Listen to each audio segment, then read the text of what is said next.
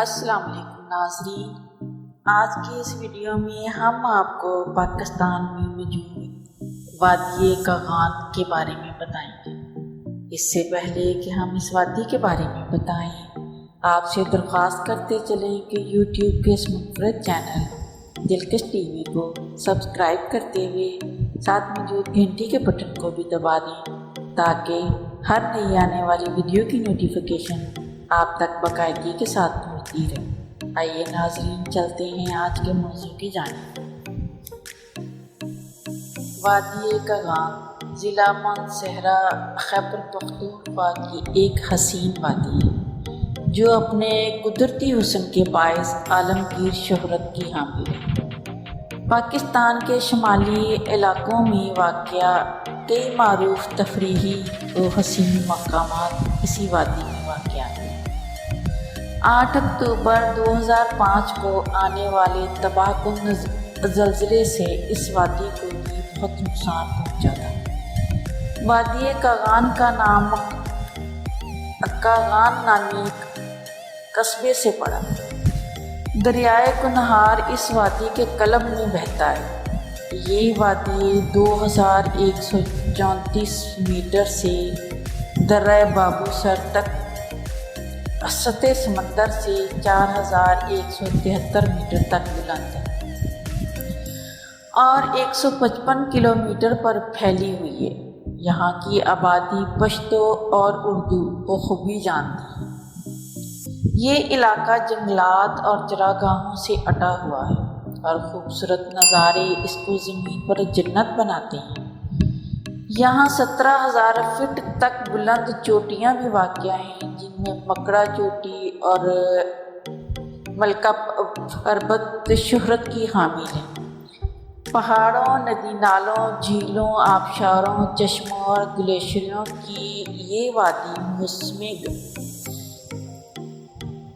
گرما مئی تا ستمبر میں سیاحوں کی منتظر رہتی ہے۔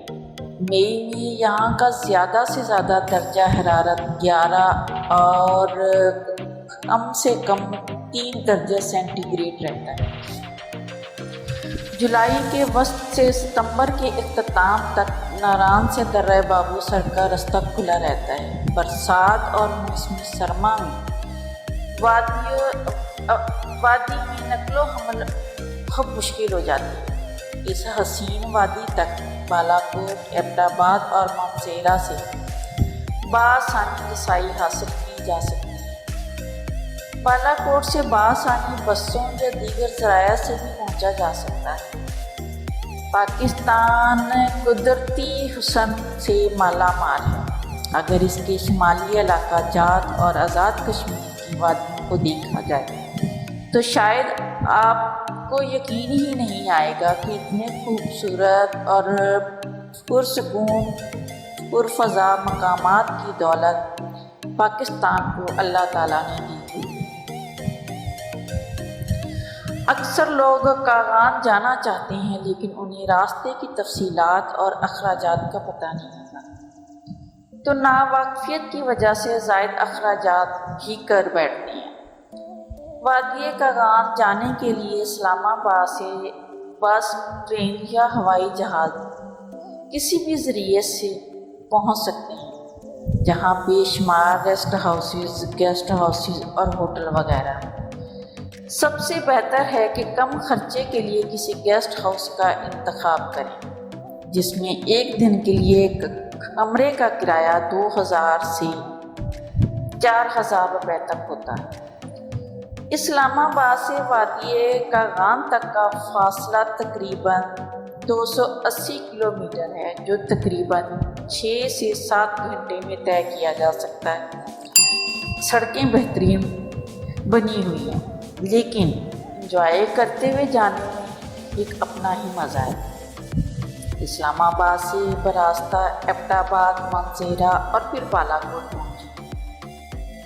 وہاں ایک رات کا قیام کریں اور ارد گرد مناظر سے لطف اندوز ہوں۔ اگلے دن پھر سفر شروع کریں اور رستے میں قدرتی حسن سے آنکھوں کو ٹھنڈک پہنچاتے ہوئے سبحان اللہ کہتے جائیں۔ پھر رات کا کھانا اور قیام بالاکوٹ میں کریں تو بہتر ہے۔ ناران اور کاغان کی وادیوں کو ان کے حسین نظاروں، جھیلوں، چشموں، آبشاروں اور گلیشیئرز کے باعث سیاحتی حوالے سے پسند کیا جاتا ہے۔ ان حسین وادیوں کے راستے میں کوائی، پارس، شینو، جرید اور مہانڈی جیسے بہت سے خوبصورت قصبات بھی آتی ہیں، جن کا حسن دیکھنے والوں کو حیرت میں ڈال دیتا ہے۔ یہ مقامات صرف خوبصورت ہی نہیں بلکہ اپنی صاف ستھری آب و ہوا کی وجہ سے انتہائی صحت افزا بھی ہے۔ پاکستان کے قدرتی حسن کے شاہکار اور بہت سے سیاحتی مقامات دنیا بھر میں مشہور ہیں۔